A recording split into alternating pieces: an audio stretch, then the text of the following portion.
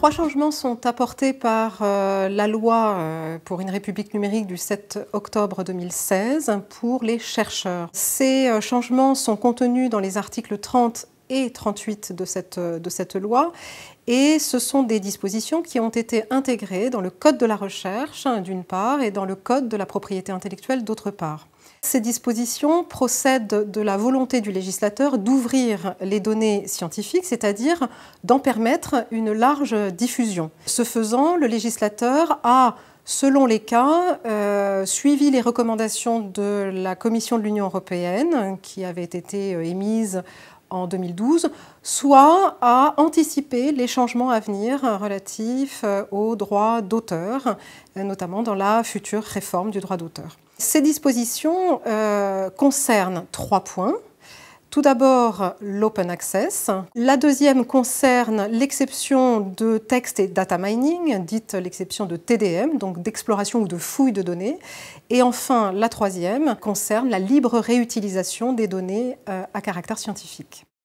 Concernant l'open access, tout d'abord, il faut se souvenir que ce qui a généré ces dispositions au départ étaient les vives tensions auxquelles avaient abouti les appels au boycott lancés par l'université de Harvard ainsi que par le mouvement des bibliothécaires à l'égard des revues scientifiques pour dénoncer les politiques éditoriales des grands groupes éditoriaux. Face aux moyens qu'offre désormais l'Internet et qui permet la diffusion à travers des plateformes collaboratives et des plateformes d'archives ouvertes, il s'est avéré nécessaire de permettre d'ouvrir la diffusion des publications des chercheurs. L'on comprend alors d'ailleurs que le discours ait été largement véhiculé par les bibliothécaires qui encouragent toujours activement les chercheurs, les jeunes chercheurs également, doctorants en particulier, à publier leurs publications.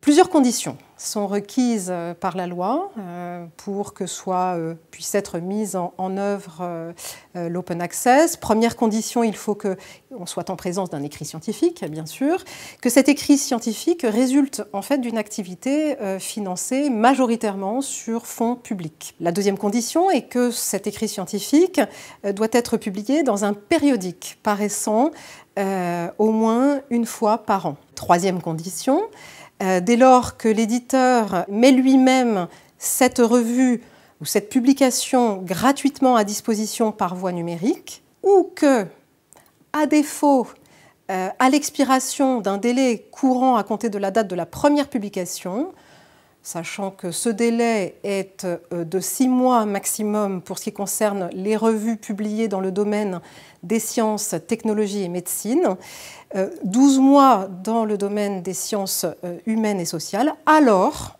à ce moment-là, le chercheur peut déposer sa publication dans une archive ouverte. Quatrième condition, parce qu'il y en a d'autres, il faut néanmoins que s'il y a des co-auteurs de la publication, que ceux-ci soient consentants pour que la publication soit déposée dans une archive ouverte. Cinquième condition, enfin, la version mise à disposition doit être la version qui a été validée par l'éditeur, ce qu'on appelle la version post-print, et cette version ne doit pas être celle donc mise en forme par l'éditeur.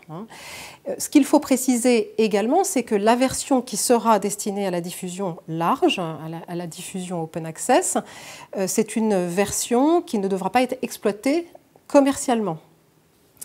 À ces conditions-là, l'auteur pourra donc mettre à disposition gratuitement en archive ouverte ou en auto-archivage également la publication dont il est l'auteur, même si il a accordé les droits exclusifs à l'éditeur. Il s'agit donc véritablement d'une exception aux droits d'auteur traditionnels.